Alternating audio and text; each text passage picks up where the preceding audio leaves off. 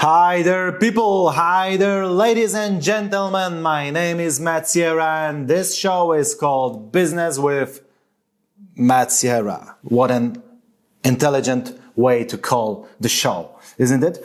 And we're gonna talk about business and how it influences our life and how to make deals out of even tough situation in the world. But first remember, not only to subscribe to this channel, but also to download the bonus video that you're gonna find in the link below this video.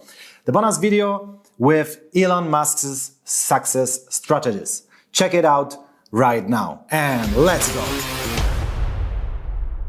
The inflation rates in the United States skyrockets all the time, but not only there. In the whole world, in Europe, there's between 3, 4, 5 and even 10%. In Turkey, 50%. In every single part of the world, the inflation goes higher and higher. And there are plenty of reasons to that. But officially, the reasons are always external. Like, first, pandemics. Of course, it was pandemics. The situation was pretty tough. So they had to print more money in order to save us. Then the war between Russia and Ukraine. And then again, they have to save us, so they print more money. Earlier, something else. Earlier, something else. Tomorrow, something else. They will always give us some reasons to that. But remember, and that's the main conclusion out of it, that the only reason that inflation exists is that paper money is created by central banks. They create more money if needed or if they consider it needed. They print it, which means that your money in your bank account or in your wallet ceases to exist. Or it still exists because physically it is there. But its value is, for example, 7.9% less. So it is pretty convenient to convince us that it's the war. It's the pandemics, it's the meteorite, it's some strange pig eating our crops. Every time they will find the reason. But the truth is that this system is creating it. This system is the legal robbery. Because if some pretty bad guy comes here to my apartment and asks me for my money, I will do whatever possible to defend me and my money. Maybe it's gonna end up with his injuries or even death, maybe with mine. But anyway, I can do something about it. What can I do about inflation? How can I convince politicians all over the world to stop it? Don't print more. Don't put your countries in more debt, because country is us, which means we are getting in more debt. We're gonna pay it in taxes and in other hidden payments. We can't influence it. That's the first solution, which means that it's not a good deal to focus on it, but let's just remember that this is politician-related thing. Not war-related thing, not pandemics-related thing. Inflation means politicians made something badly and they steal our money, because we've got $100, for example, and they value less. And I can buy less and less every single day. That's their fault, not the war's fault, not pandemic's fault. That's politicians' fault and central banks' fault. That's it. Second thing here is that if you can't change it, then you have to go around it somehow, which means that you can't just leave it and think, okay, let's get over it. Yeah, okay, I'm gonna lose my 7.9% money every single year till the end of my life. Well, that's not the perfect solution, although you've got the right to do what you feel right. But I'd rather consider thinking about other possibilities, like investing in Bitcoin, investing in gold, investing in something, in shares, whatever. But rather, we should do something if we care about our money. Hey man, hey woman, have you subscribed? Gold price goes down while Bitcoin's price goes up. How is it possible if Bitcoin is called digital gold? Well, this is not only possible, but it's pretty obvious that it works this way. Today you would have to pay $1,950 buying gold. While in the beginning of the war between Russia and Ukraine, you would have to pay more than $2,000, which means, and you should remember it because no one knows future. But what we do know is that every time that panic comes into the market, people are panicked because something happens, like pandemic, war, whatever.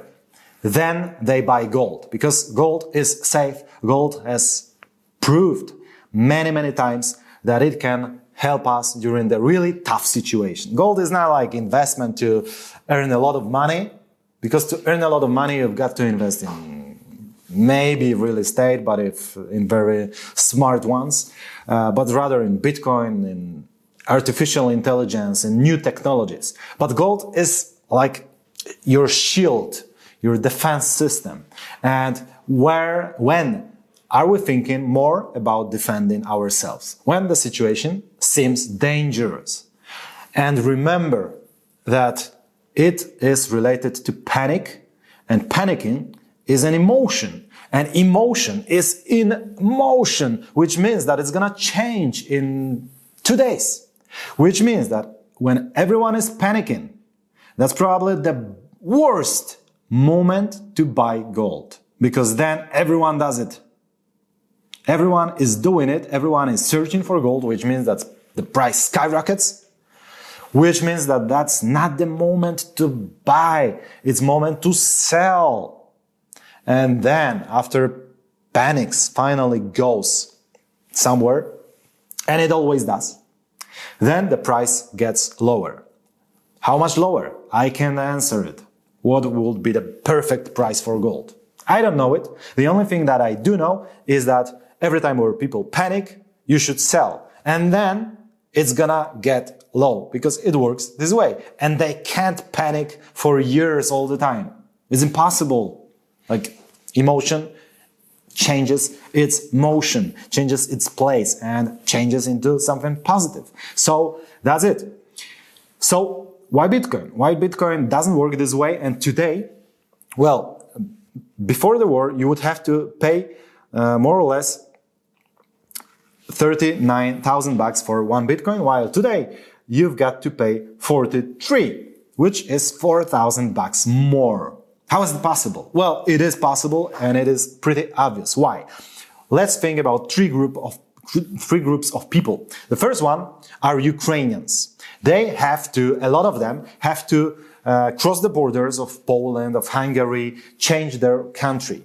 In European Union, you've got the law which tells you that you can't cross the borders with money valued more than 10 or 15,000 bucks or euros, whatever. But anyway, it's limited. That's the important part here. So this is limited. So a person who had more is thinking, okay, I have to change the country, save my life. Of course, that's the priority. But then I want to also save my money. And I have 100,000 bucks. And they will take it from me at the border. In practice, at least on Polish border, it didn't happen. But it could. It possibly could happen, which means that logic says, okay, so I have to hide all of my surplus. If I have more, I have to hide it in order to still have it. Okay? That's it. That's the same with the US, yeah? You can cross the borders and fly into US, carrying only small amount of money, probably a maximum 10,000 bucks. And that's it. They will take the rest if you've got more. Maybe even they will charge you. They will give you some fine to be paid because you broke the law. But with Bitcoin, which is literally the password in your mind, you have 10 million bucks with you, but no one's gonna know it. That's why a Ukrainian person could invest in Bitcoin. Now let's go to Russia. But not to all those aggressive guys who kill people, innocent people, but a normal Mikhail from Moscow. He's screwed right now because of his politicians. Yeah, his national currency doesn't value a lot. And what can he do? He can't leave the country because it's complicated, and soon he's not going to use Instagram even. So, as you see, the situation is tragic. Well, he could survive without his money and without everything, economics, but without Coca-Cola, McDonald's, and Instagram. How it's gonna be living like this? Crazy. So, he can invest in Bitcoin. And they do. Even those famous Russian oligarchs. They can hide in Bitcoin because it is possible. It's not easy. It's not as easy as someone would think. But it is much easier than with cash or with real estate or with yachts. So that's it. That's why it's a pretty good idea for them. That's why the Bitcoin's price could go higher. And the third group of people, which is all the rest which see the situation and think, okay, if one day there's gonna be war in my country, which I hope it will never be here, but it is theoretically possible. So if it happens, then what? Then I can have Bitcoins, or I will be out of Bitcoins and deeply in debt. What would I prefer? Take new credits, buy stuff using credit cards, or maybe investing in Bitcoin. So some of them, those with brains, well, not many, maybe, but some do have their brains, and instead of credit cards, they prefer having Bitcoin. So they buy it, and that's why the price goes up. I'm not gonna tell you if it's gonna last forever, but I'm gonna tell you only that Bitcoin has proven that it works during the tough time, and it helps a lot to normal people. It gives a lot of help to normal people which have to flee or which have to pay the consequences of their politicians' decisions. Like all of us in the whole world right now, we have to pay some price for not our decisions. Okay? Which means that Bitcoin has proven that it works. Tesla opens Gigafactory in Berlin, which means that they will create 500,000 cars per year, or at least they would like to do it. And they did it, although there's a lot of problems with metal, with water, and with parts, which means that the first conclusion here is that guys like Elon Musk, who really have results in their lives, do stuff no matter the circumstances. Whatever. Pandemic, wars, I have to continue because I'm investing here. I've got some goals. I've got some vision of future and I have go towards it. While many of us, especially beginning entrepreneurs, just make the decision after one failure that it's not gonna work. Let's leave it. It's tough. It's complicated. We cannot do this like this. Okay? The second conclusion is more related to ecology. So, electric cars, not only Tesla, but Volkswagen, Seat, and many others, are created to save our planet. At least they say it. Okay? So, there were a lot of problems open in this factory with water, metal, and parts. Parts taken from 27 countries of the world, more or less. So I'm asking, okay, water, metal, parts from all over the world, but we're talking about saving the planet. We're talking about saving us, saving the Mother Earth. Is it really saving the Mother Earth? Or maybe it's a bit marketing here. Because saving the planet, you know what? I've seen cities who can save the planet a bit more, like Barcelona in Spain. You go there and everyone is using his or her scooter or motorbike. Why? Because they can. Of course, the weather helps. But the truth is that all the roads are prepared to that and you can go everywhere with this. And if you have to take more bags, then you use underground subway. That's it. That's why, and especially in those small ways and streets, it's not a convenient idea to drive a car because it's just, well, not a good experience. And I've tried. So it's not pretty nice. I've preferred to switch to underground. So they have good roads for motors, for motorbikes, for scooters, bad roads for cars, and a good subway system. And that's why no one has to switch from the car which uses a lot of gasoline to the one which uses slightly less gasoline but more different type of power. They don't think about this because they just switch to walk, to drive by something much more ecological, like a scooter, or to drive, to go by something like subway, because they can. So if we really want to save the planet, maybe we should think about something more ambitious than only creating a new, perfect, beautiful car, which uses different type of fuel. Maybe it's gonna help. I don't know. I'm not an ecologist. But for me, I see some marketing here. The decision made by the evil Russian emperor will influence us all, not only poor Ukrainian people who will lose their homes or even lives, but all of us somehow. And one of those influences will be the food supply problem, which will cause a lot of problems, especially in Africa. A lot of people in Yemen, for example, will have trouble struggling for food. Well, they already had it, and right now it's going to be even tougher because Ukraine as well as Russia creates a lot of food, and right now they've got a little different things in their minds than producing the food, which causes the problems for all of us somehow.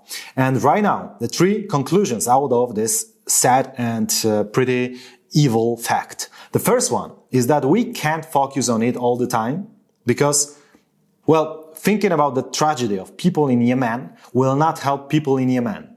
Do you think that starving gets better knowing that people in United States or Europe are thinking kindly about you?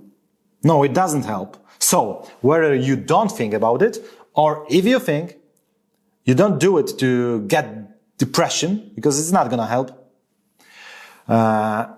You do it only to help, really, to act, to do something. If you wanna do something, then do it and leave it. If you don't wanna do it, do nothing, anything about it, then don't do anything and leave it. Because thinking of it, focusing on it, creates depression. And don't you have enough depression in our society? Don't be one of them. Don't add yourself as the next one, the guy with depression. So it wouldn't help you. Yeah, I deeply advise to avoid depression, which means that thinking about it all the time and all those tragic news is not the solution.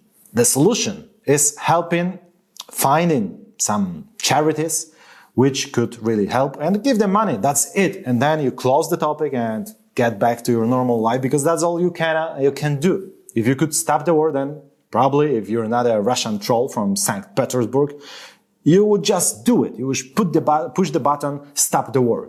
But probably you can't. I cannot either, which means that we shouldn't focus mainly on those evil things, because it's not gonna get us further. So the second conclusion is that there's nothing like a lack of food. There's always a lack of food for everyone. What does it mean? It means that there will be food, but it's gonna be more expensive. And if you're gonna have money, then you're gonna buy it. If you're not gonna have money, you're not gonna buy it. Is it fair? Of course it's not fair. Of course it isn't. But that's the rule of the game called life. This game is pretty nasty from time to time. But that's the rule. I haven't created those rules. I would have created different rules.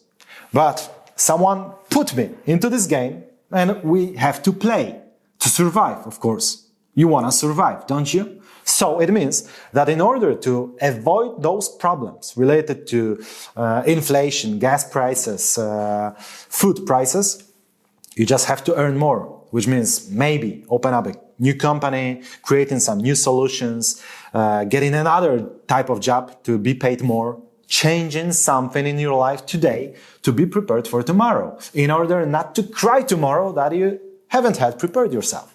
Okay? That's a pretty important conclusion. You should think about preparing yourself and thinking about having more money. It's not as easy, yeah? Of course, it's pretty easy to be said, but it's pretty hard to do it, but it's needed. It's needed to focus on it. How to earn more, how to prepare more money for the future, which will be tough.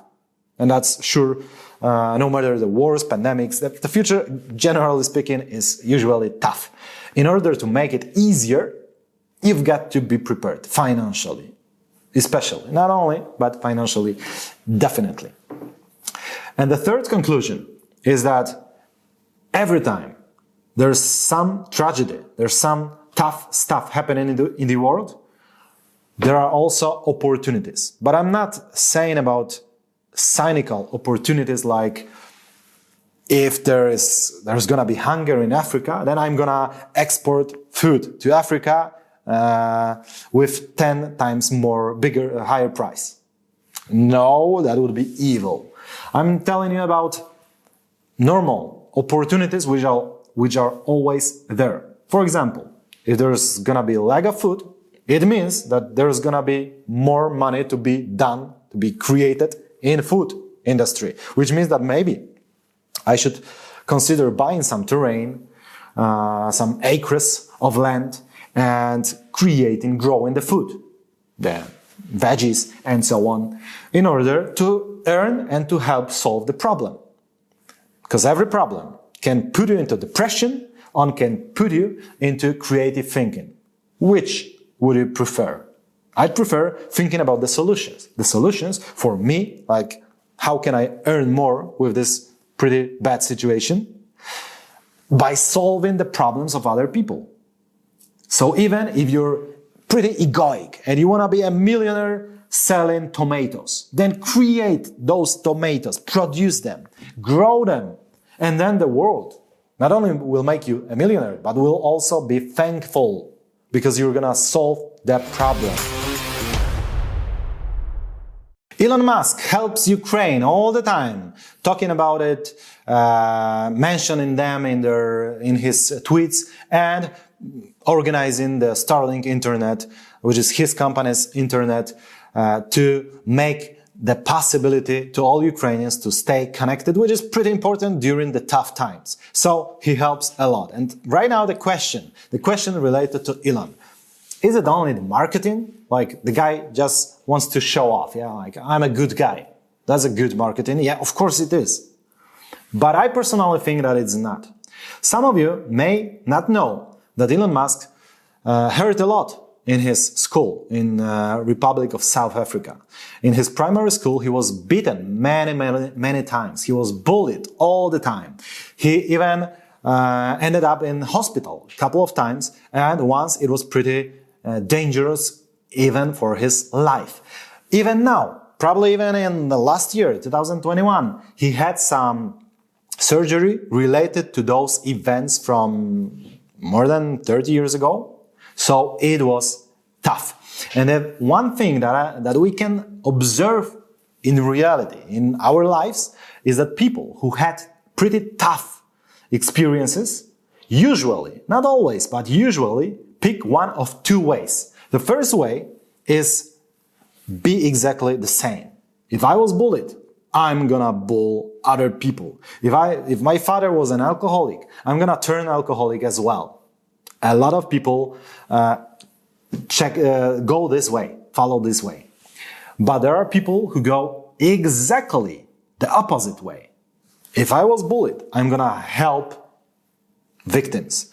If I was beaten, I'm gonna help beaten people. If my father was an alcoholic, I'm gonna be a teetotaler. Or at least in control. Okay? and maybe even create a foundation to help some people, like some charity.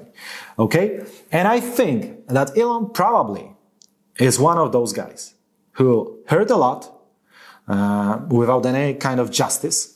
And today, it's pretty easy to such a person to see where's the justice. Okay? When some people are attacked and killed and raped or and treated pretty badly by others, then it's pretty easy to such a person to see what's going on here and whom to help. So that's it. I consider Elon a pretty good guy. Well, I don't know for sure, but I see that it can work this way. That was the psychologist Matt Sierra. But remember that below this video, you have the link to download the strategies of Elon Musk's that I've created for you in a list in a short video with a lot of good stuff. So I invite you to download it right now. Thanks for today, and we see each other every single Thursday. See you, and go forward with your business, with your money, and with your good emotions. See you.